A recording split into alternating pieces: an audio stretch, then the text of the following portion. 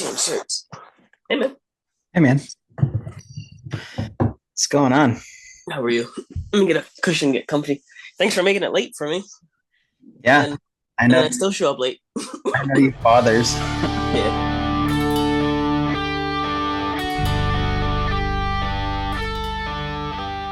your kids and all. Oh, man. It gave me time to post a bunch of stuff about a band that put out a new song today. Is that turnstile? Yeah. I knew So if you look at our Instagram and my Instagram, it's a little bit flooded with it, but it. for good reason. This is the Turnstile podcast, unofficial Turnstile podcast.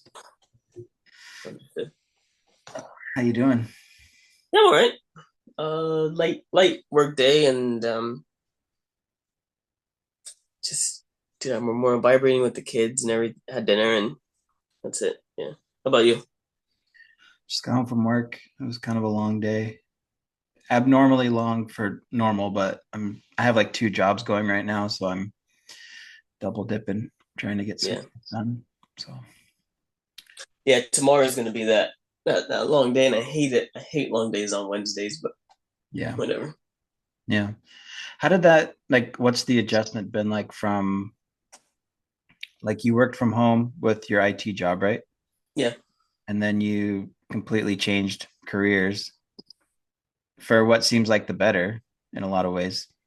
But now you're kind of juggling a different style of uh, schedule because you're kind of on other people's schedules a little bit as far as when they want things done, right? Or do you kind of keep it to what you want to do? A little bit of both. I think like with a job, you kind of turn your mind off as far as scheduling goes. It sounds like vacation, right? But like you just turn your mind off. Yeah, I work these days and that's it. But with being your own boss, I think you juggle that like I have to make income, but I also am my own boss because I want to set my own schedule, prioritize what I want. So yeah, it's kind of a mix. Where are you at with that balance? I think for the most part now, year three, we've got it locked in Yeah, where work is the priority for a certain portion of the week. yeah, 3 days of the week, it's a priority. Um, it's not always the same 3 days, but we know like 3 days of the week, work is a priority, and so we try to cram as much as possible in those 3 days. I think we found the balance. I don't know. You gotta have Vanessa on here next and see if she says that if she gives the same answer. If she gives a different answer, then I know I've definitely not found the balance. well, it's like for Chelsea too. It's um, like I had a job scheduled for this week that was going to take all week, so we took the week off of Bethel. It was like a kitchen, so it had sort of like your kitchen. It was like you're gone for a week, so like we got to get it But demoed, we got to get it the floors in, we got to get the cabinets in, and then be done by the end of the week, more or less. mhm. And so that was on the schedule. I've been planning it, and then I sent a bid to another job, and they're like, "Well, we want it done by." They're not. They weren't like demanding. That was the thing. It's like I put it on myself, but they're like, it was like if I'm gonna get it, I have to get it done by Thursday. Yeah. So then I had to just be like, well, then I'm gonna do it. So I'm working all day, and then I'm running over there at night and doing that job too. So it's like the balance sometimes is off in that I don't want to turn anything down. So then I do more than maybe I should, or not like it interferes all the time, but it's just like taxing on my body being older and doing everything by myself pretty much. Yeah, I think I agree with that too, especially trying to balance work and keep it part-time. Yeah. Like I'm sure you see that too, because you can turn the faucet on, but then you get flooded with work. And then it's like, oh, that's too much. I'm out of balance. But then if you turn it off too much, then you're like, wait a minute. Right. Now my week is empty. Wait a second, what happened? So Yeah. so even that and just finding the right balance of volume, I Yeah. think is a little tricky. Because then you'll get really busy and then you're not looking for work, you're not bidding work, you're just like, I have work. Hmm. And then eventually that dries up. And then you're like, I don't have any work. Yeah. Then you hit it really hard finding work. Then And you get slammed again. you get slammed Yeah. with work again. And then it's like a Right. vicious cycle where you're trying to like, and now I feel like I'm getting calls consistently. And now it's just a matter of like prioritizing the right things, the right people, and uh, not taxing myself more than I have to. But there's always that fear because, like in February, I had like a week where I didn't really have much. And Chelsea's like, it's the dead of winter. It's been disgusting out. Yeah. Um, but in my head, it's like, that's the reason why. Like, you feel like you can point to something and be like, I don't want that again. So I'm going to go real hard. Hmm. And then you just like beat yourself up.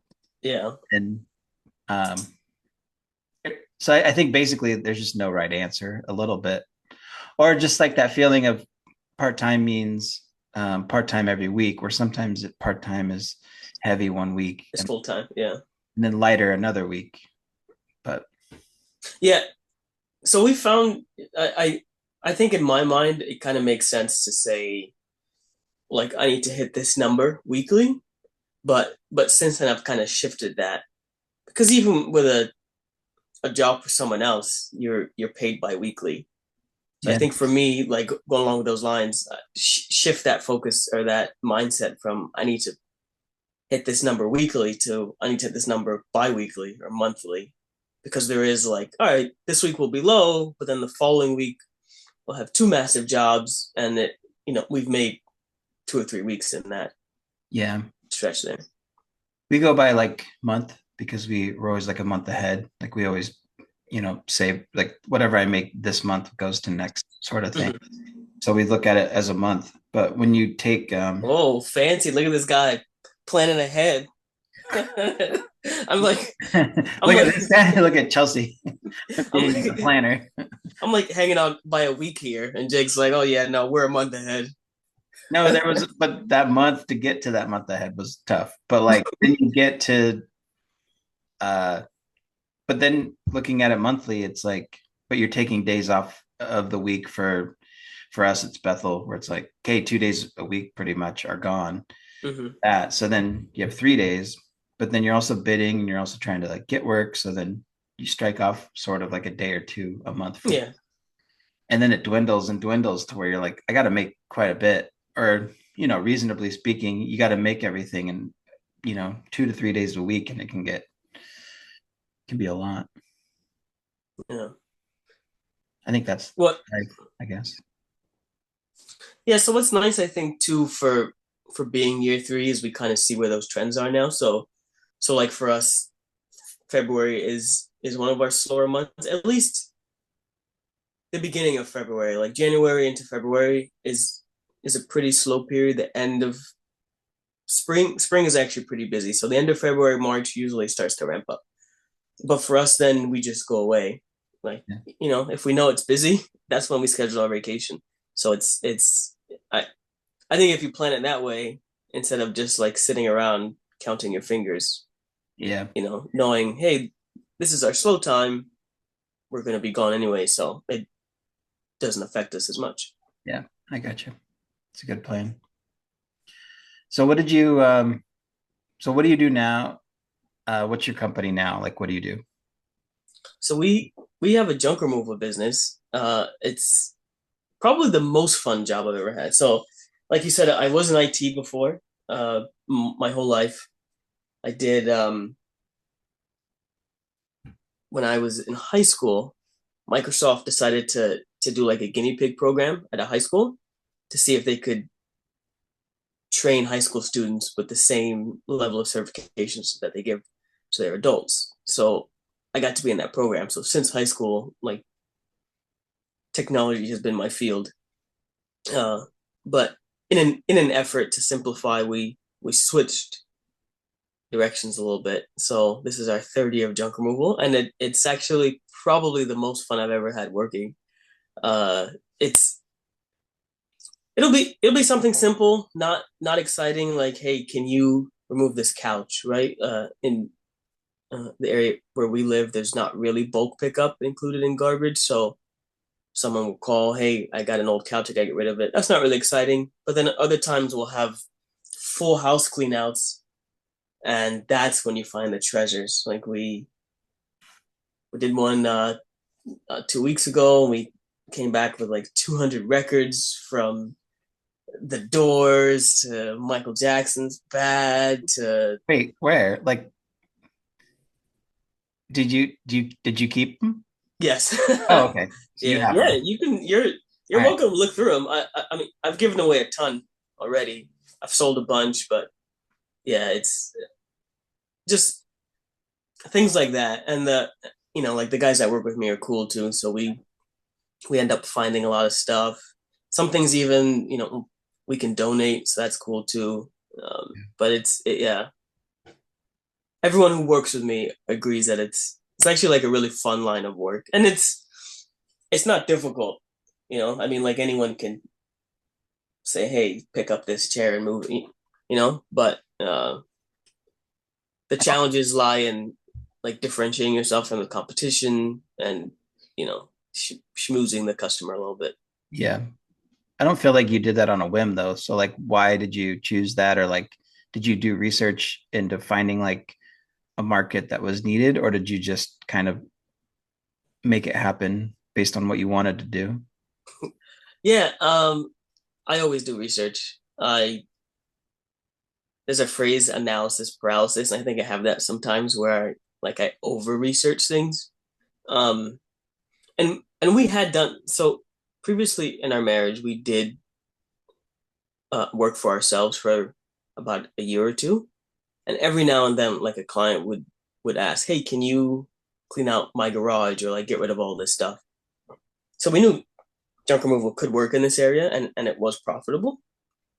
So in just thinking, what could I go back to? Uh, I thought, well, most people probably wouldn't want just like a young single black guy coming to their house to clean. But if it's like, yeah, he's just doing a labor job for me, that's fine. So we like after doing probably a few months of research into it, just pulled the trigger and jumped into it. And it's been good. Nice. How do you how have you seen it like change your family dynamic? Like having a looser schedule or like a different schedule or more time? This is another question. Like it'd be good to ask Vanessa. She always says, um, since that change, I think that was 21, 22. I mean, we spend way more time together, so there's way more family time, which is definitely something, especially as the kids are so young, that is important. So we spend way more time together, um, and just like the chores, I guess the duties of the house are way more balanced now because I'm home a lot more. Um, it's not the typical. I don't know if you call it the American dream or the American nightmare, where the dad's gone for 50 hours a week and he's only home to fall asleep basically after dinner, and not really interact with the kids. So we're able to get away from that, which is awesome. There was like that added layer, of course. It's not all roses. There's that added layer of stress of just, uh, you know, like you said, you can turn your brain off when you work for someone else. I don't have to worry about where money is coming from. I just show up to my job and it's there. So there's that added layer of just properly managing a business. Um, but that like slight increase in stress is definitely worth it for the benefits. Yeah, um I think growing up just I think growing up and thinking you just work full time, like that's what you do, you get a job and work a normal schedule, and then doing that for so long, and then now not, and obviously like there's reasons for it because of like spiritual stuff like volunteering or Bethel or whatever, pioneering. There was like a reason for it, but even just on a base level, living within the means of like a 3 day work week, or it like it almost like blows your mind to think that that's not an option people think of when they're young, other than like people who have like a other goals and stuff like that. But just like societally, um, a shorter work week and living within a smaller amount of means, um, but then getting good at what you do and being able to live in better means. It's like Yeah. it's so funny that it's not the way that people learn to live. Like more time for other things, you know. Yeah, I think also that's Western culture, like if you Yeah. look at different places, a 4-day work week is more embraced. There is, obviously there are some cultures like I was watching something the other day that said South Koreans are like some of the most overworked. They work like 70, 80 hours a week. The government is trying to raise the max overtime you can work in a week to like 80 hours or something like that. Don't fact check it, but it's yeah. So there are cultures that are even more imbalanced, but I think there are other cultures that have realized, there is a different schedule than just a 5-day work week that's like 200 years old at this Yeah. point. Where have you lived out of the country? Because I know you lived in Ecuador. Yeah, yeah. Ecuador was great. That was about 3 years, and then I was born in Jamaica, so I was there 7 years. Um, so obviously I wasn't working then. So I don't know what the work life balance was there. The work life balance for me was eat, sleep, be taken care of. What But brought your mom from Jamaica to you grew up in Fort Myers? Or yeah, yeah, yeah, Florida. I actually grew up on the east coast of Florida. Um, so that was actually a really cool experience. Like coming from a third world country to I lived like just outside of Cape Canaveral as a little kid, and that was in the '90s when the space shuttle launches were all the time. So just like this island boy seeing this giant metal tube. So from our house, it would shake our house. oh wow. Um, yeah, sometimes like depending on I guess the direction it was going, you could see the plume of smoke visible. So yeah, that was a cool experience. Yeah, so from there we moved to the West Coast. So Florida is probably what I would call home. You know, just like Washington, I think would be home for you, even though you've lived here now, huh? I For don't, I guess I don't. Um like when our friends would be like, are you going home back home or something like that? Like I mhm. think of home as here. Like I think of Seattle where I grew up, but I feel like if you look at like my adult life or even our married life, we're coming up to where more of our married life has been in New York than in Seattle. So it becomes like more, I feel more rooted in New York and I feel like New York is more home than But Seattle. if everything fell apart, I feel like that's the definition to like of home for me. It's it's like what's your comfort spot? So Here. like if everything fell apart in your life, Here. I live in New here York. is home. Yeah, you would Or stay not here. even fell apart. If we like went and moved to like another country for a while or got an Hmm. assignment and had to leave for 6 months or whatever, we would come back to this would be home base, In New not York. not Yeah. Seattle. So in that sense, this is home. Seattle's where I grew up. We go back quite a bit because of family and all that, but like Hmm. even like what's there that we left has kind of like scattered. You know, they live in Idaho, or my mom just Hmm. Oregon, or our friends are on the coast, or our friends are here at Bethel. So it's like less and less. That's the route. It just becomes like what you know really well, more than like it's home. So Yeah. So that's kind of how Florida was for me. I think it still was home for a long time, but now the same thing has happened. Like a lot of the people that did make it home are gone now. So I guess home isn't really so much as a place as who's there yeah. to support you. So for you, is that becoming New York, or is it still kind of Florida? Yeah, I still don't know. I Yeah. think like if someone I didn't know said where is home, yeah, I think I would delay in answering. I would probably say New York, but I think I would delay in answering. So could you Like, see like different circumstances bringing the family down to Florida? I mean, uh, Jess is from here, right? She's from Pine Bush. yeah, Bloomingburg. Hmm. Yeah. Yeah. Yes. So like, if you like, if someone asks you that, a stranger, where is home? Are you saying New York like immediately without hesitation? Yeah. Yeah. Yeah. See, I think I still hesitate. Like it is New York, but I still think I would have to think, I guess, and then say New York. Yeah. If a stranger asks me like where's home, I say New York. What where I struggle is like if someone at Bethel, like at Ramapo now, you're like meeting all new people and they're like, where you from? Hmm. I want to just say, like, we'll say like Goshen or Warwick or whatever, if Hmm. that's where we live. But I want to be like, oh, I'm just from New York. But I'm not. It just has been 10 years since we've moved out, but we moved out for a project for Bethel. So it's like we'll still say like we're from Seattle, but we live in Warwick and we've lived here a long time. So then you start like having to over explain Yeah. that where you want to just be like New York at this point.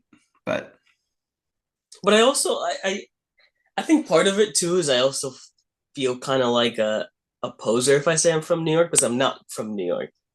And I yeah, think most of the people who are asking us that are not asking like if we live in New York. I think they're asking where we're from. where we're from. And there are Because it people that are from here. And right, for them to be like New York, it's like, okay. And then, but then people will be like, but are you from New York? And they're like, yeah, right. I grew up in, Yeah. or I'm from the city or whatever. But yeah, so you're trying to like say this is home without um like over explaining everything. Hmm. Because the second you go, I'm from Seattle, they're like, okay, thanks. That's what I was looking for. Yeah. Like not New York. Is it appropriating New York if you claim it as your own after a decade of living here? Uh I kind of feel that way a little bit. Uh I'm very weary of it because it didn't take long after moving here to feel very kind of like protective of Warwick a little bit. Is that funny? Chelsea thinks that's funny. Like we moved into the area, but then you saw like a lot of people move into the area, or maybe like bought a house in the area but didn't live here. Like they wanted to have like a house in Warwick or something, Hmm. and that was like the Bethel effect, sort of. But then you got like weary of like people that moved in, like what were their intentions? Like you were like defensive of Warwick. You want Yeah. people to move in because they liked the town and they wanted to live here.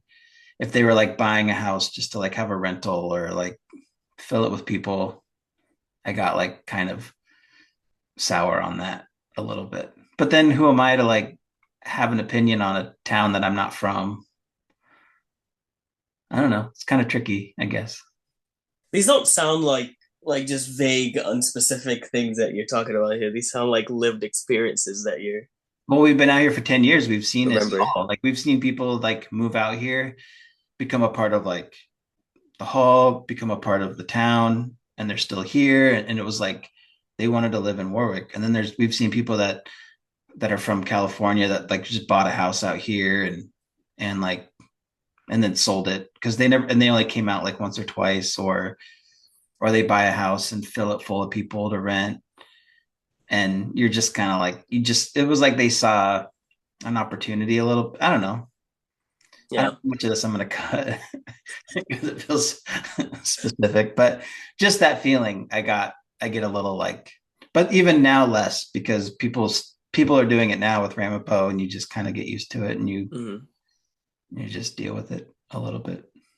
But Yeah, I think too, like another layer for me that complicates it is that Vanessa's from here. yeah, So she's a New Yorker, born and raised here. All her family's here. My family's in the city, um, my extended family, but uh, I think I'm missing something in me. I've lived outside of Florida now longer than I've lived in it, but I still consider myself a Floridian. I think I'm missing something. Is there like a switch, a toggle that switches in your brain to say I'm a New Yorker now? Because I feel like that just hasn't happened for me. I don't know that I would say that's. like Chelsea wouldn't say she's a New Yorker. She would say she's like Northwest Seattle, Yeah. Oregon. And So I then, is it home for you then? If you can't call yourself a New Yorker, is it home? then it just goes back to like imposter syndrome. Like if I say I'm a New Yorker, it's like it feels dishonest a little bit, even though at this point I feel like a New Yorker. I love our town. I have like, we have like roots in this town, like even like locally with like businesses and stuff. Um, People that I work for, like I feel pretty locked in. Like I feel feel pretty rooted, but just for the sake of like um being like 100% honest, I don't feel like I could just be like, oh, I'm a New Yorker.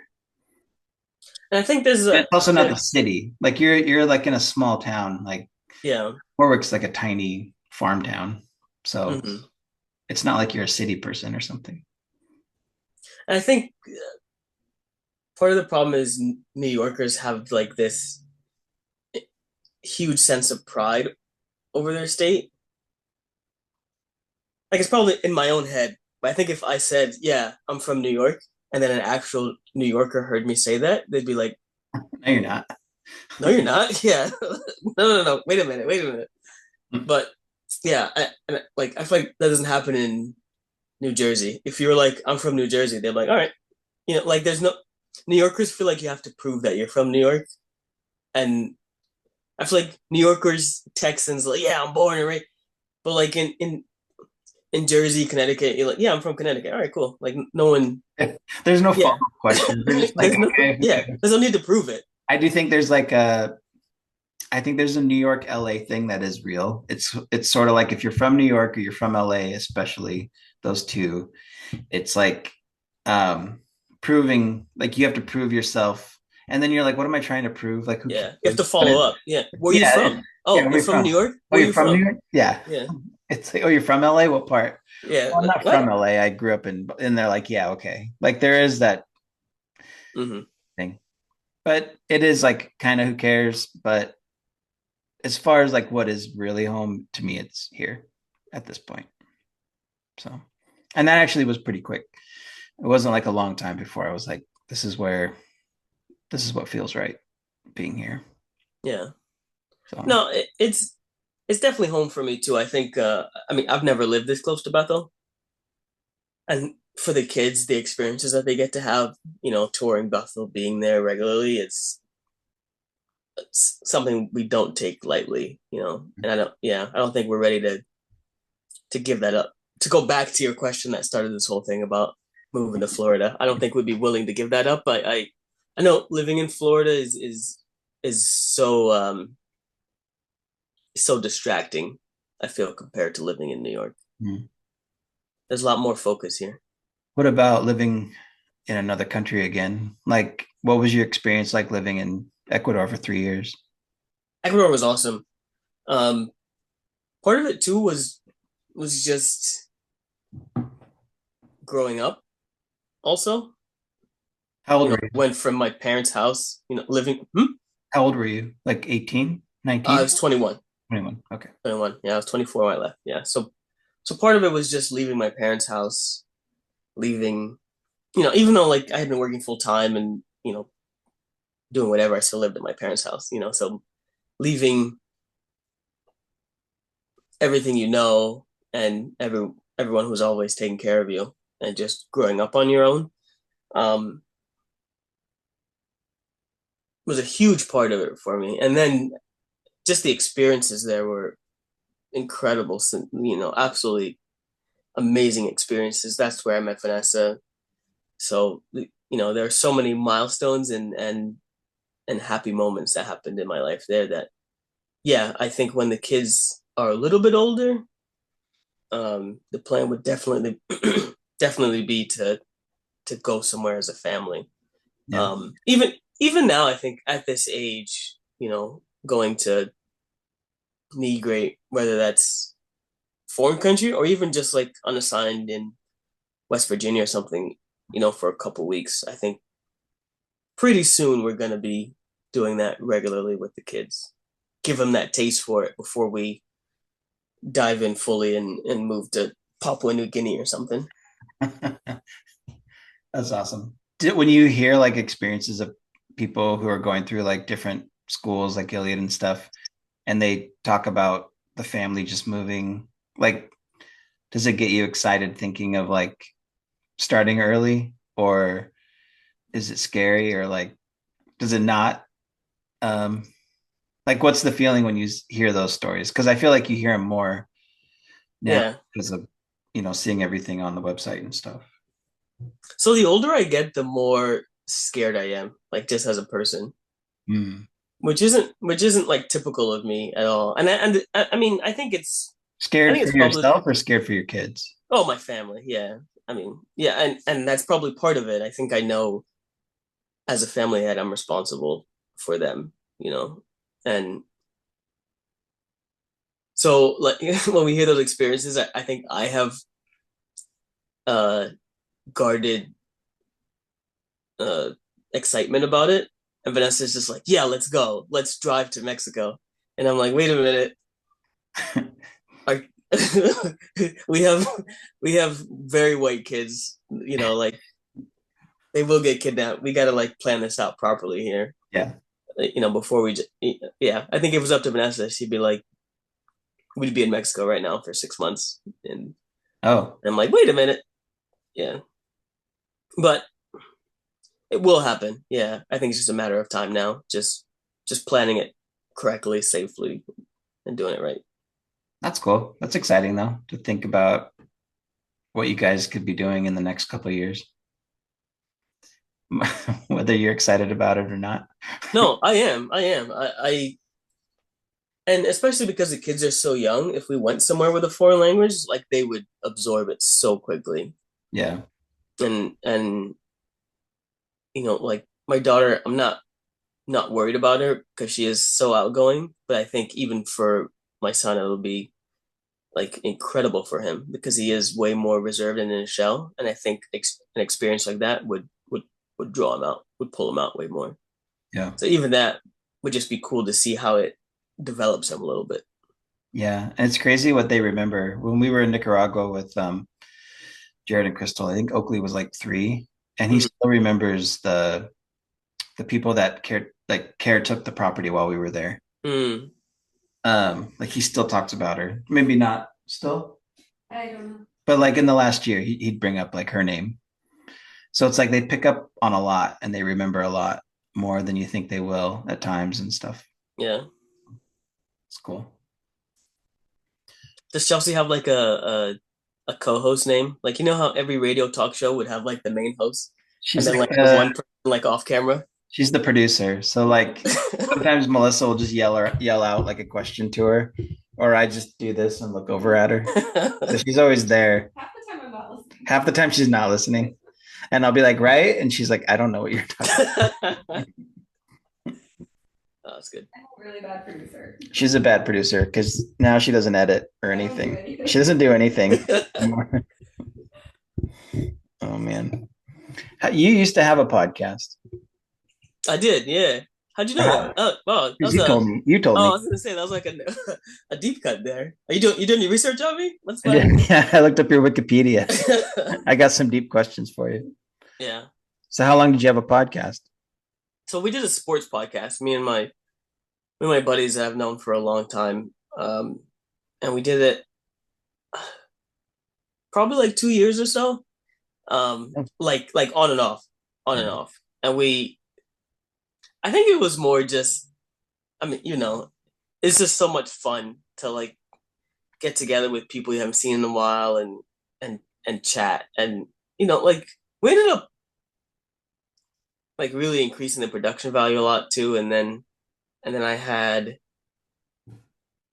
uh time just kind of ran away from me to like really be able to commit regularly. Yeah. It is like it's a lot. Like we're like seeing it. It's also like you get exactly what you put into it out of it. Hmm.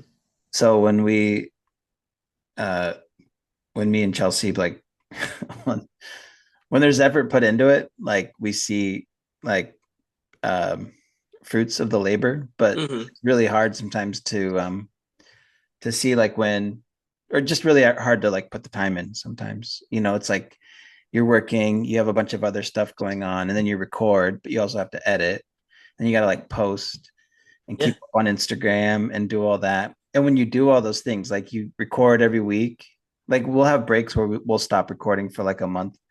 And then our friends or like family will be like, oh, I never picked back up after you took a break.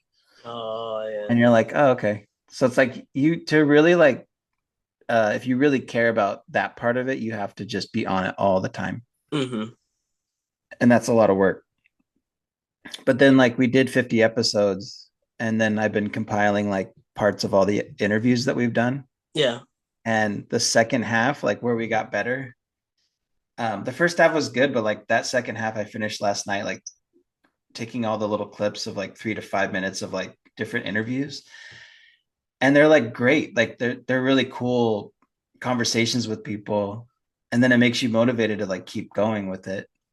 Um, but then you still got to put in all the work after that to Yeah. happen. So what But do you think? Do you think it's like seeing all the work involved?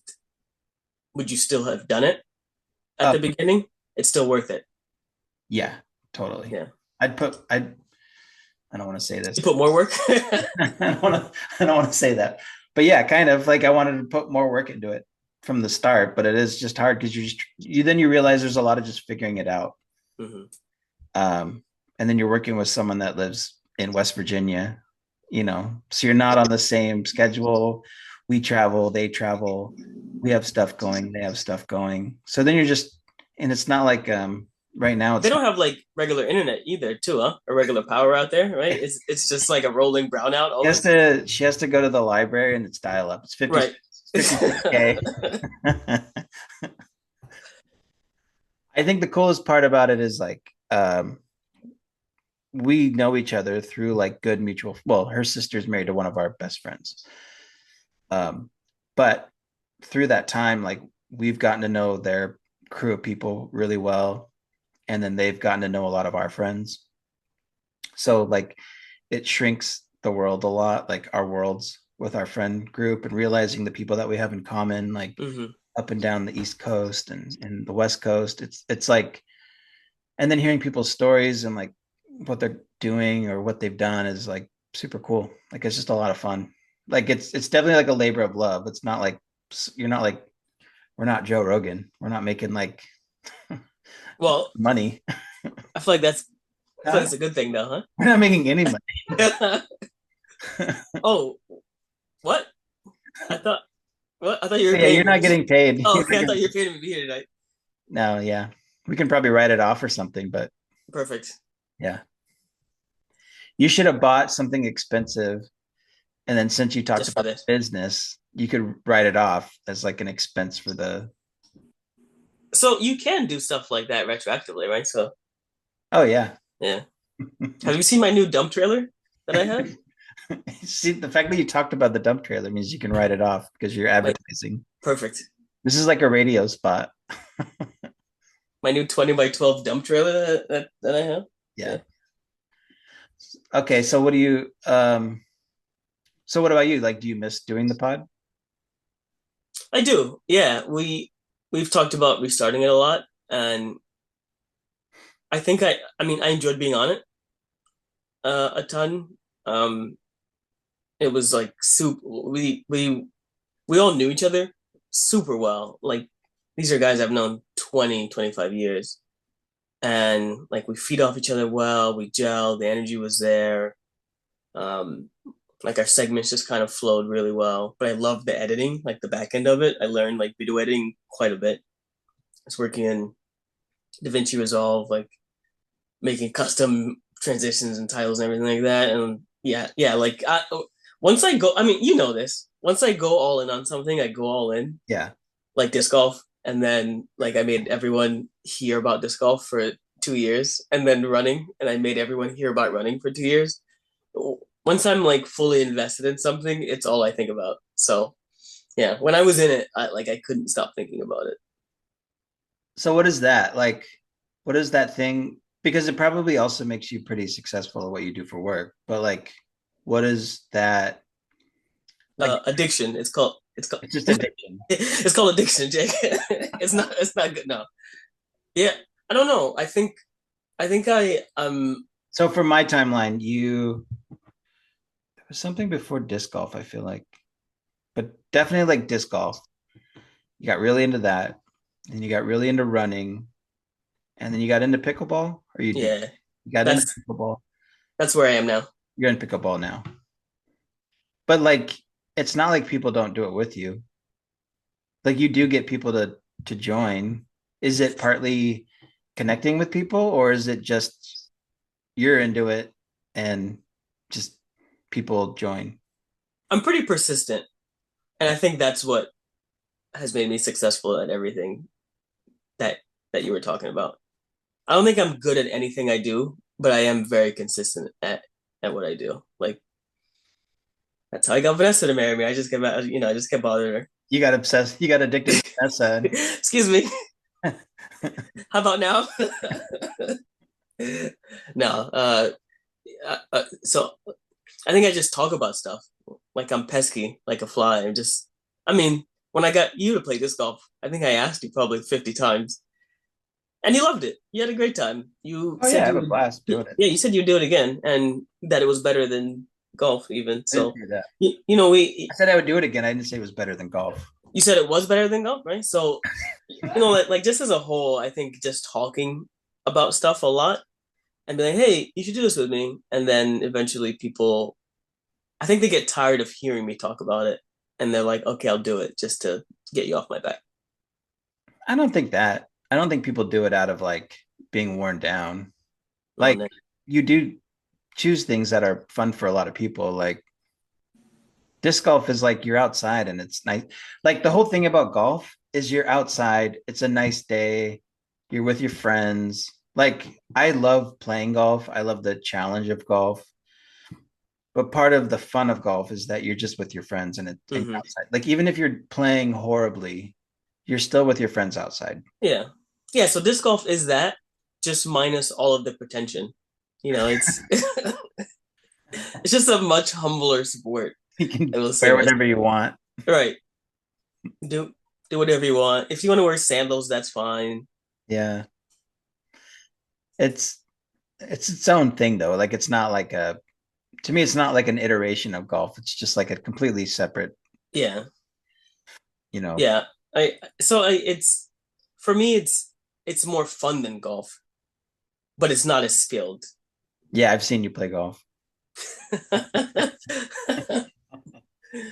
It's getting late, huh? I should probably get going. Yeah, no, it's I mean, I've seen you play golf too. I know I'm not that good. Yeah, I love you when put people it are like, "How long have you been playing golf?" I'm like, "Since I was a kid," and they're like, you're "Oh, like, so oh, you're so you're probably." good? And I'm like, "No, Yeah. it's actually like a really hard sport, and you can suck Yeah. for a really long time." Yeah. No. That's what I was gonna say. I mean, like you've played 48 years and I've played 6 minutes, and I think we're pretty close. I think we're Yeah, pretty close to each other. 46 years, but yeah. Yeah, so now I'm into pickleball, and again, that's like another balance thing, but I try to play it weekly, and it's I think I like stuff like that, stuff that's not oversaturated and explored by everyone. Like I don't like playing basketball and sports like that, and Hmm. like that makes me sound like I'm trying to be like cool, and yeah, I'm too cool for basketball. I play like bocce ball and like these unheard of things, but I think I just get attracted to things that are like challenging because you've never done it, because they're different. Yeah, I mean, if yeah, like some people just don't like that's valid to just Yeah, choose different things. Like it doesn't. I don't think you're like trying to do it just to be different. You're trying to do something that you want that is different. Yeah, that is different that you want to yeah, try. and so the downside of that though is like the downside of liking everything is that I never master anything. I get like just to average, maybe like slightly above average at everything I do, and then I get bored with it, and then I move on to the next thing. So, But you'll still like you still play golf sometimes, right? Like frisbee golf or disc golf. whoa, whoa, whoa. Or like you will, like you told me the other day, like you took Asher out. Yeah, so I've probably played in the last year three, four times. Um, I feel uh, like a lot of people that like golf only play like 3 or 4 times a year too. yeah, yeah. I mean, I wouldn't consider myself a disc golfer anymore. Like if I played with people who actually played, I would be horrendous because I just don't play as regularly. So Um, run. Same thing. Like I'm done with it. As soon as soon as I get where, so like I ran that marathon, I beat the goal that I wanted, and I was like, well, chapter closed, on to something else. So I, as soon as That's I like a get, that's a pretty big accomplishment. It's not like you did a marathon. well, half marathon, Oh, but oh, yeah, yeah, half. no, but still, like as soon as I get where I want to be in something, I just move on. I don't have the desire to get to like expert level at it. I just want to get to where I I still enjoy it, but I'm good at it, and then I'm done. Do you do that with like other stuff like music or something? Like Yeah. will you get into music and then just be Oh over? yeah. Yeah. Yeah. I played guitar a ton when I was a teenager. I got decent at it, and then Just quit. stopped playing. Yeah. So like even now, I have my guitar again because it's good to have music around the kids. So I have like I get my guitar, piano, and I'm touching them, and I'm like, it's like I've never played these instruments in my entire life because I've Yeah. just for 10 years I haven't touched them. I've neglected them. So But it is weird like what you kind of pick up quickly because you did play. Like I always had a guitar and I mhm. don't really know how to play, but if you're just goofing around, like you can figure out a little bit. Yeah, I'm gonna disagree. I Oh, think yeah, like with guitar, I think it's one of those things where you learn like two separate things. Like you learn the music theory behind it, like why things sound good, and like where those sounds are on the fretboard, and then you learn like the finger dexterity. And I think with time you lose like maybe the finger dexterity, but not the music theory. So I think if you don't play, you can remember, oh yeah, this is supposed to sound good, but you can't play it because your fingers are not there anymore.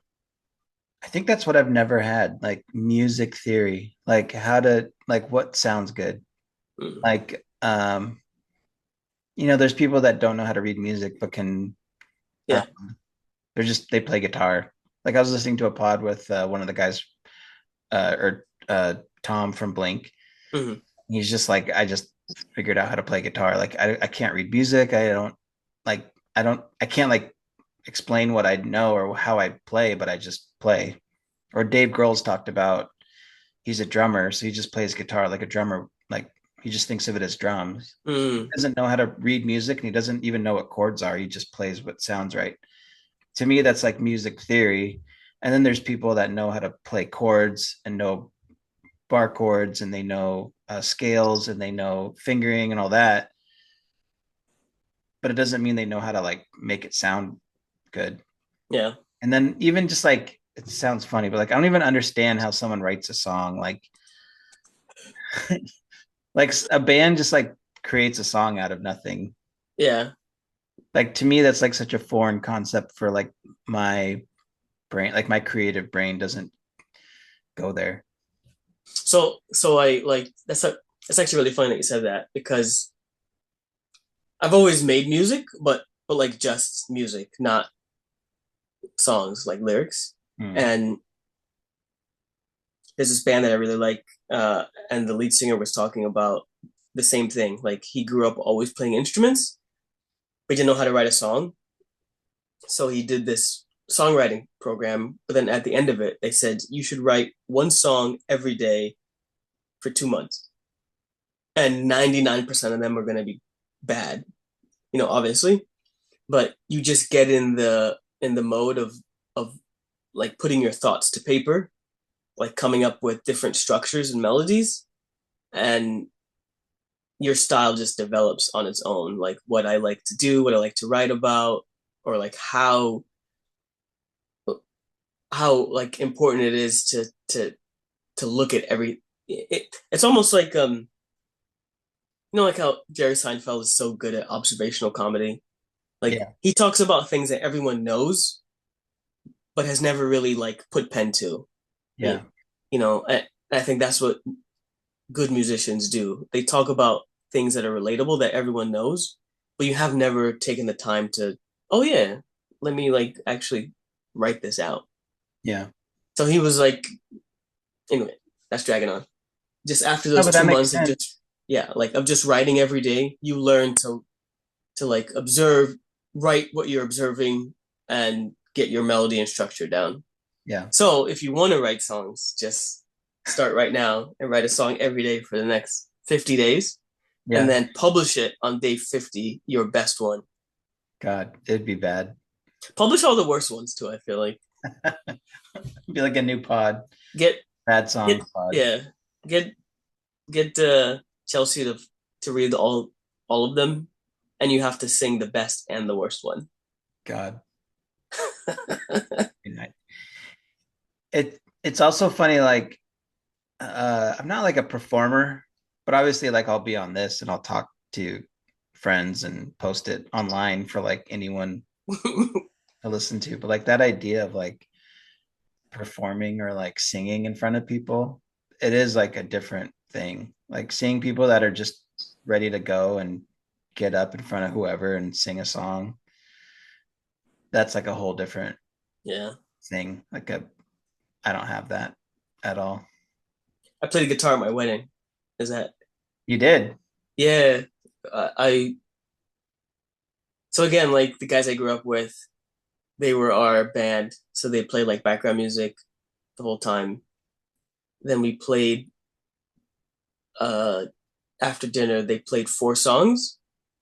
But what Vanessa didn't know was I came out like I sung the third song, like just a cappella on guitar, played it, sung Wow. it, and then What the did you fourth huh?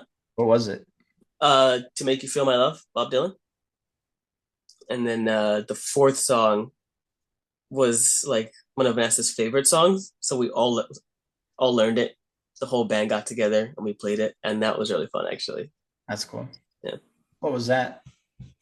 The Girl by City and Color.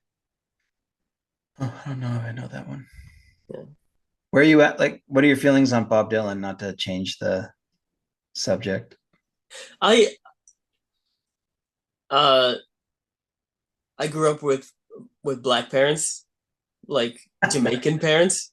So all that ever played in the house was reggae and Motown. Yeah. So I didn't really know Dylan until like I got older. And like I guess I recognize the talent, but I have like no emotional connection to it, I guess, just because I didn't grow up with it. Yeah. There's no history there for me. Yeah. I think, I mean, it was my first concert, Bob Dylan. Oh man. Um, but I feel like his best songs were sung by other people. Yeah. Like I think Nina Simone's I Shall Be Released is like one of the best songs ever. And Yeah. that's a Bob Dylan song, but like he can't even like, but that came from his brain, like that song. Mm-hmm. But what she did with it made it like that was her song at that point. Mm-hmm. Oh, I love Nina Simone. Man, I can't believe you brought that up. That's such a good song. Well, because I also like Or even Make You Feel yo, My Love. That like that's a Bob Dylan song, but yeah. Bonnie Raitt, someone did it like better. Uh Adele. Adele did it. Yeah. Yeah. Um, but yeah, it's like, but to know what sounds right and then kind of create a vessel for someone else too, a little bit. That's a genius on his part. Would you say he's your favorite songwriter then? No, Who would it be? he's one of them. Uh, Favorite songwriters. Um, it sounds weird because they're a punk band, but Tim Armstrong from Rancid. It's one of my favorite songwriters. I think he writes like good songs, good lyrics. Um, I think Zach Bryan's really good at Yes. Yeah. writing music. Totally agree. Um, Bruce Springsteen, I think, is really good.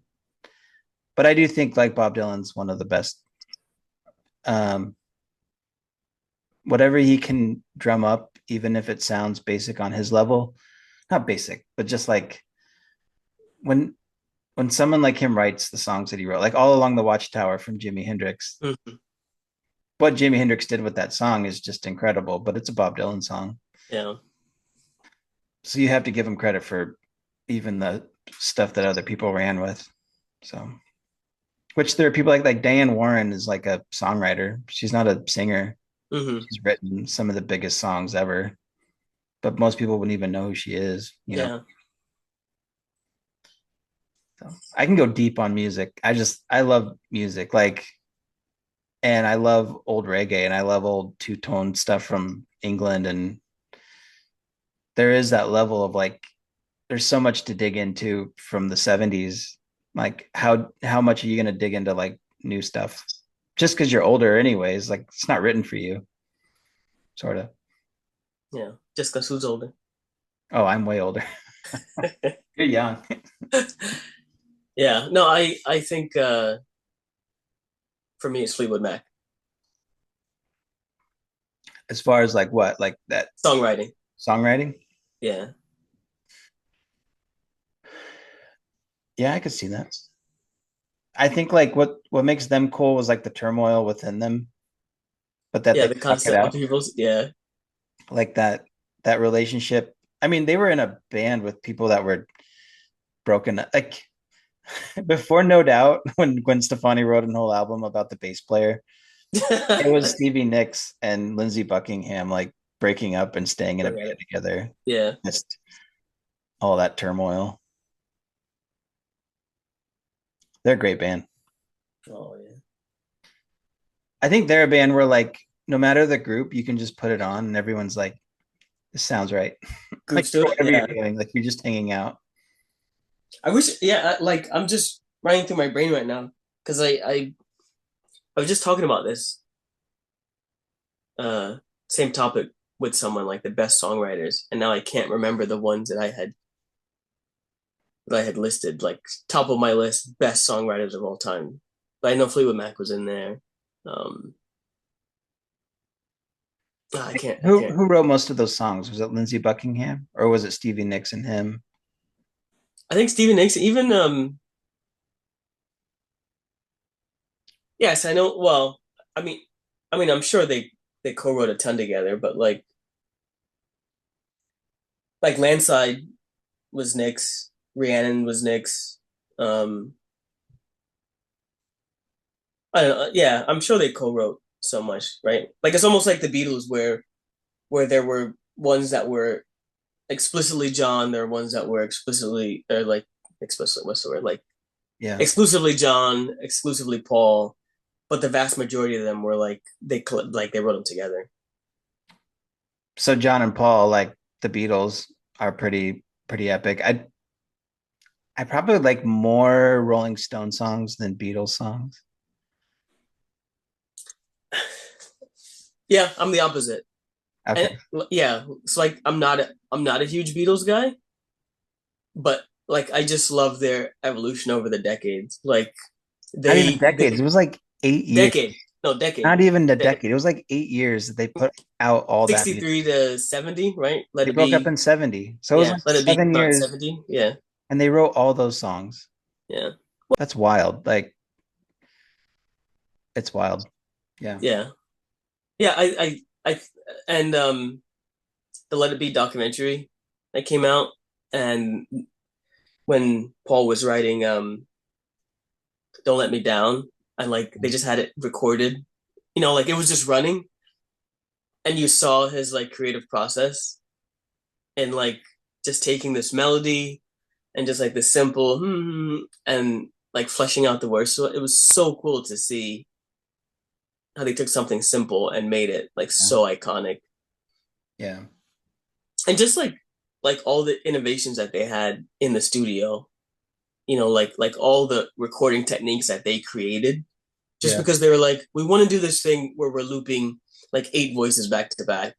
And Yeah. the producers are like, what do you like? We don't have that technology. And they're like, well, we'll just Well, make it. figure it out. Yeah. They're like, no, we'll just invent, Yeah. like I think they just innovated so much in the space of music. Even though like I'm not a huge Beatles guy, I think they deserve all the credit they get. Yeah. Where are you at on you're from Jamaica, like Bob Marley has to be something you grew up with, like Insanely like high. Yeah. incessantly. But he wrote amazing like I think Yeah. when I heard like obviously the first thing I heard was Legend, but um like quickly after that I moved on to like his albums, especially like his earlier stuff. Like um he wrote a lot of really good music.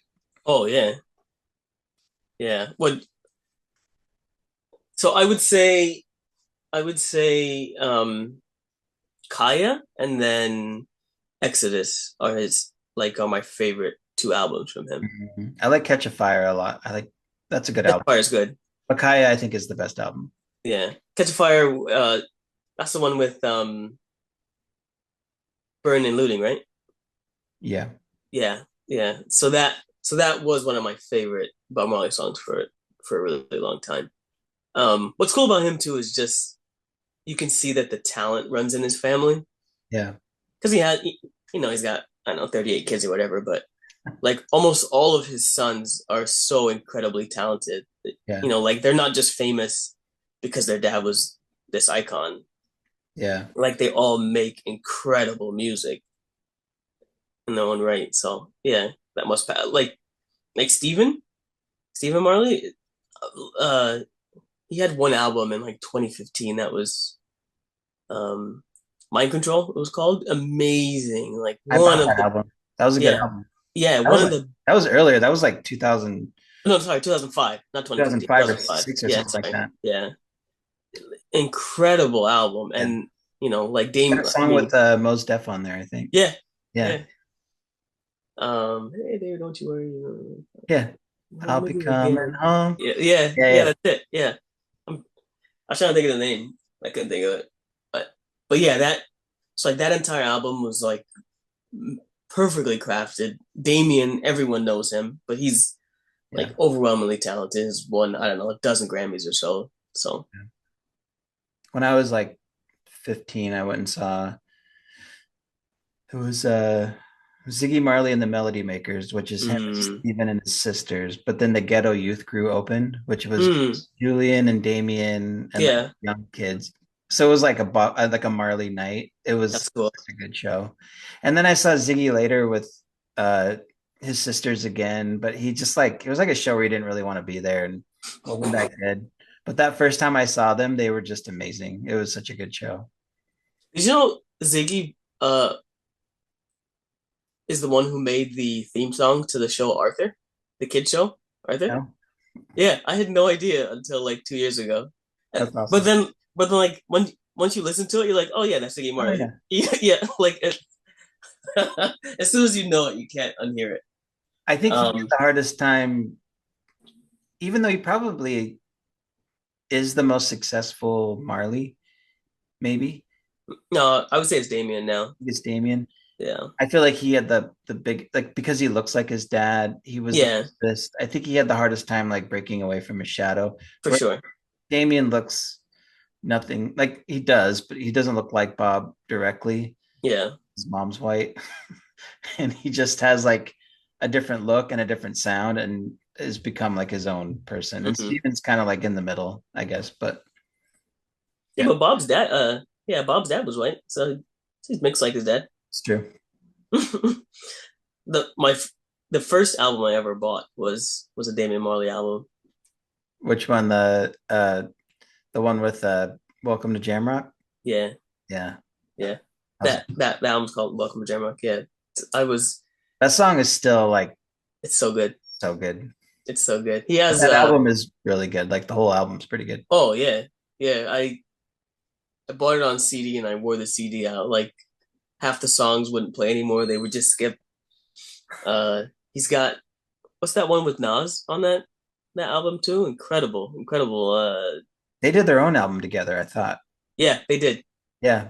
Like so after that collab, they were like, wow, this is amazing. And then like 2 years later, they did their own album Oh, okay. together. Yeah. Yeah. Sorry, I don't know if we're supposed to be talking about music for this long. Kind of derailed this here. No, I love. Yeah. The fact that we're talking about music for long for Oh this no, long. I don't know if we were supposed to. our pod is like talking about music mostly. Oh, perfect. Perfect. We can talk about Turnstile forever. Do you know Circus Survive? No, you told me you like them a lot, but I've never really listened to them. Oh, okay. So they're the 20th anniversary of their first album is this year. So I think they're gonna start touring it, like a Hmm. 20th anniversary tour, and I'd love to see them. But yeah. And that's like It, punk post like pop punk or no, it's like postmodern, I would say. oh, okay. Yeah. But if you What don't know them, then it doesn't matter. what do you think of like bands touring like an album or like I struggle with Like an anniversary tour, you mean? like if you look at a lot of like festival posters, it's like so and so performing this album or something like that. Oh, like just the album? So if you look at like how often a band comes to town and then you took away times where they're going to promote like a single album that's like the 20th anniversary, Hmm. like just seeing them as them by themselves, not on a tour or like not on like a festival where they're playing for like a half an hour. You don't really get to see your bands anymore Yeah. just play. It's always like so and so in this tour with like 50 other bands performing this album. Hmm. And that's cool, but it's like it's not the same. It's just going to like a small theater or club and seeing your favorite band play a show. Yeah. Yeah, no, I agree with that. I do like this, like everyone's touring for their 20th or whatever of an album. I do like that a lot. I normally just want you to play like, everything, your entire discography. But I do like, especially if it's a band I really care about and it's an album that like I really cared about and they're playing the 20th of it. Yeah, I think because music is is such a time machine, as soon as you hear something from that period, you're immediately there. You're transported back to wherever it was and whatever was happening to you in your life, whatever memories you had, good, bad, ugly, whatever, you're there again and it Yeah. feels good. Yeah. No, I agree. I also think what's funny is like I do the math all the time on like years. So like bands that I got into, how long ago was that? And then I subtract that time from that period. And then it's like people that are that age, like when I was in 1998 or 1995, I was 13. Hmm. So 1995 is 30 years ago. So when I was 13, that was 1965. Oh, yeah. Oh, wow. So now Yeah. people that are 13 look at the bands that I got into in 1995 The same way you look at. and they're looking at Rancid like I looked at like the Beatles Wow. or That actually blew my mind a little bit there. Huh. like to me it's like, oh, have you heard Rancid? And that's like my dad being like, did you see not the Beatles because they're too big, like remember Joe Cocker? And you're like, what? Like no, Joe Cocker was really big and he's really good and you're like, what? Okay. Wow. Which I Yeah. like Joe Cocker, but at the same time it's like now if you tell a 13-year-old like you should check out Rancid, they're like, okay, old guy. Yeah. It's the old music. No, it's true because even, like all these albums that are having their 20 years and I'm working with these young guys and they're younger than these albums, Yeah. and they're like, what are you talking about? So like Postal Service had the Oh yeah. 20th year last year Yeah. of their first album up in Albany. So I'm talking to these young guys about it and they're like, who? what? Yeah. Like, And oh that feels no. like modern because that was like post Yeah, like that Def was Rap early two being thousands. big, you know, like Yeah, that was early 2000s, but early 2000s isn't like yesterday anymore. oh, That is 20 20 plus years ago. it's crazy. We saw like we saw that tour in like 2003. Me and Chelsea were dating, and it was like this festival in Seattle. It was like them, Modest Mouse, Flaming Lips when they put Hmm. out that album that's like one of my favorites, Yoshimi Battles the Hmm. Robots or whatever. Um, like thinking of those bills with all those bands that were kind of big, but not like that big. And now it's like those albums have like endured 20 years and Yeah. they're still big. Like it's pretty cool. But that was like our adult years, sort of like early adult years, Mhm. not even like teenage years. But now it's like 20th years, 20th anniversary, 25th anniversary. And you're like, dang. Slow down. Yeah, so it's funny because I just said that to Vanessa. We were driving home and we were playing something like from our teenage years. And I said, I wonder if the kids view this as oldies. You know, Oh, yeah. like when I was riding in the car, my mom's listening to like Temptations and Smokey Robinson and stuff. And Yeah. like that's oldies to me back then, but that was just her youth. You know, Yeah. I wonder if like they're listening to us play play these songs and like, wow, this sounds old. These you're, this is oldies. you're playing like Circus Survive, and it's to them, it's like grandma putting like an old record on, and it's like, Yeah. oh, it's funny. Yeah, we're getting old. Do you feel Some old at some of all? us older than others, I guess. No, 40, right? 40 is coming around soon. So I For you? 5 years. 5 years. Yeah. But I mean, I so no, I don't feel old. Yeah. I'm in this middle ground, I think, where to young people, I'm not a kid, but to old people, not even old people, to people in their 40s and 50s, I am a kid. Mm. So like I can't complain about feeling old to anyone older than me because then they're like, "Ha, you're not old, I'm old." But then you can't That's say like an you're young annoying to thing that old people do, though, too. yeah. They gatekeep being old. Like what do you mean? It's like if a 65-year-old would talk to a 50-year-old, be like, Shh, wish I was your age again. Yeah. And you're like, yeah, but you're still 50. No offense to 50-year-olds, just It's like what we talked about earlier, like how New Yorkers like gatekeep their state. They're like, "Oh yeah, you're from New York, prove it." yeah. That's what old people want. They're like, "Oh yeah, you're old, prove it." How many pills did you take this morning? And you're like, "Well, I only have the one Just multivitamin." just And one. they're like, "Yeah, I sneezed and threw out my hip yesterday." And you're like, "All right, cool, but I still feel Yeah. old because this is the oldest I've ever been." Yeah. So in my personal experiences, this is yeah. Anyways, that's I feel entirely like there. I'm getting old when I think of time and like um what I remember vividly and how long ago it was. It's fading. But no, like that it's just it doesn't feel like that long ago. Like, Mm, 20 years ago there was we were like married almost 20 years ago, but it's like that kind of stuff. But like mentally, ma- so far. maturity wise, I still Yeah. feel pretty young. I feel old when I'm with young people, like when I'm with older Gen Z. So like people in their early 20s or late teens, Mm. and I spend time with them, and I'm like, yeah, I don't understand what they're saying at all. I feel old in that sense that like I don't understand what they're saying half the time, like Hondo. Yeah, yeah, But as far as like, especially like the young guys that we have around us, they are like me and Landon were texting today about Turnstile. Like they don't like make you feel old because they still want to talk to you.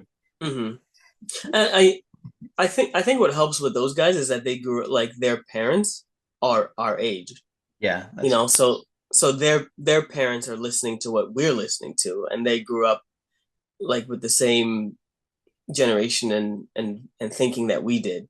Yeah. So, like their kids relate to that more than if it it was like Becca or Jackson's age. Like they're even younger and they probably don't relate to us at all. Yeah. Yeah. I get that. Well, man, I feel like we could talk for another couple hours. We don't do 3 hours on this pod. Thanks for joining us. Oh, thanks for having Or, me. like, joining me, it's just me. Oh, is there someone else like Right, Melissa? yeah, no, thanks for having me. After hearing of your and Melissa's like banter all the time, I was hoping to meet her, but yeah, I understand that they don't have regular power there, so maybe next time we'll. She was winding up the generator and Right. she just couldn't get enough power. Yeah. Yeah. So If you ever do like a book like a book club section or whatever like that, like call me up. Like I was thinking that the other day, like a lot of us read books here. I'd love to like discuss a book or something. I don't know. what book do you have in mind?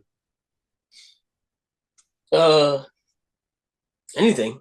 Anything. I just started one that Ella recommended me. I mean, I haven't gotten into it yet, but like yeah, anything. Let's do it right now. I just finished Wim Hof. I'm reading Chaos slowly, and I'm reading Charlie Hustle. But if you want to do like a book right now, this will be the first one, and then we'll read it, and then you can come back on when we're done with it.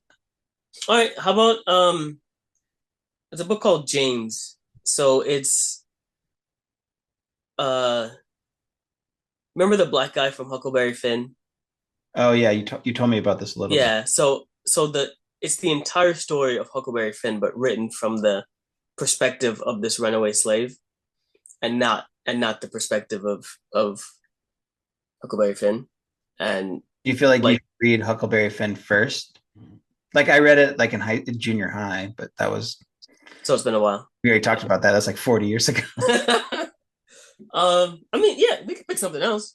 No, I want to read James, but like, should we read Huck Finn first, or can you read James without reading Huck Finn? I think you could probably read it without it, but like there are also some classics that I haven't read yet that I'd be fine with reading too. Like what? Like Moby Dick. I've never read Moby Dick. Oh man, you just read that, right? Oh, It's a trudge. I read Oh, She read like the unabridged version. it's hard to read. It's like a long. I'll send you my 9 minute long review. Oh yeah, Chelsea did a review on YouTube about it. Oh, okay, yeah. Um, So like I started reading some of the classics that I never read. Um, the vast majority of them I have not liked. Like I read The Catcher in the Rye, which I never read somehow. I hated it. Like did not like it at all. I read The Great Gatsby finally. It was fine. all right, here's one. I've been wanting to like I started it like a long time ago. I think I read most of it, but I want to like reread it. It's John Steinbeck, so it's long, like it's longer than Catcher in the Rye. East of Eden. Yeah, no, I've never read it. You want to read it? Sure. I'll read Yeah. it. Yeah. All right. How many pages is it? Because that determines how much time it's going to take. Let's see.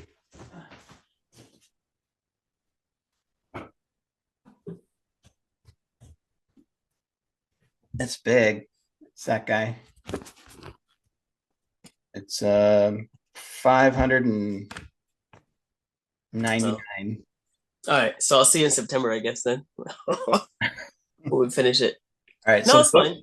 book club, East of Eden. We'll come up with like a date. I'll Yeah. post later. Maybe like 3 months, 2 months. Yeah, I'm in the middle of like 2 or 3, so that gives me a little time. Yeah, 2 or 3 months East of Like Eden. beginning of summer, we're gonna do a pod about East of Eden. So that gives everyone plenty of time to read it. And then maybe Melissa will jump in. But for sure, me and PJ, East of Eden, first book club. So just give me like a quick synopsis. What's it about? I think it's kind of like a metaphorical Cain and Abel ish Mhm. story about brothers. It takes place in California, like in the 40s or 50s. I think it. Do you remember But I don't know what you're talking about. East of Eden? Like, what's a synopsis of East of Eden? Oh, I don't know. I don't remember. She doesn't I remember. really like it. Masterpiece.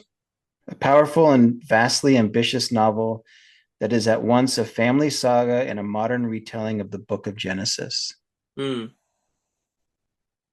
Yeah? Got it. All right. East of Eden. Okay. Book Sounds club. good. Yeah, I'm looking forward to it. I haven't read that. It is one of the modern American classics, so I do need to read it. Yeah. So we can give it like a good synopsis of what we think of it in 2025. You said it's from the 30s or 40s? Like it was written in the 50s. It was written in 52. So 73 years ago. Yeah. So almost 3/4 of a century. Wow. Yeah, that'd be cool to see how it's held up How it holds for up. almost 3/4 of a century. Yeah. Cool. Sweet. I like it. Yeah, I look forward to it. Cool. So at the end of every episode, we suggest songs and then we put it on a master playlist. Oh man, what? You should have given me a heads up. Suggest a song to listen to. So I'm gonna do just one. This is the Turnstile podcast. They put out a new song today. So this is the Never Enough debut for Turnstile. That's it. Just one. But you can do up to 3. Wait. You're telling me to suggest a song, right? Oh no, we both do.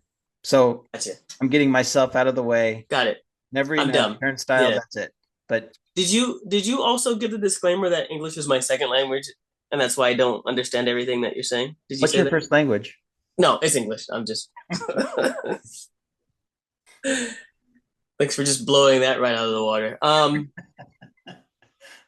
I love that Chelsea's like, I'm not listening, and then she starts laughing. Because sometimes I'm not. Sometimes. Okay, how about this? Okay. Reelin' by Ray Bull. Reeling? Yeah, but no G. Reelin' by Ray Bull. Ray Bull. Yeah. All right. Yeah. Cool. It's got a Zach Bryan feel in it. Not as talented, but Okay. still good. Cool. Yeah. Anything else?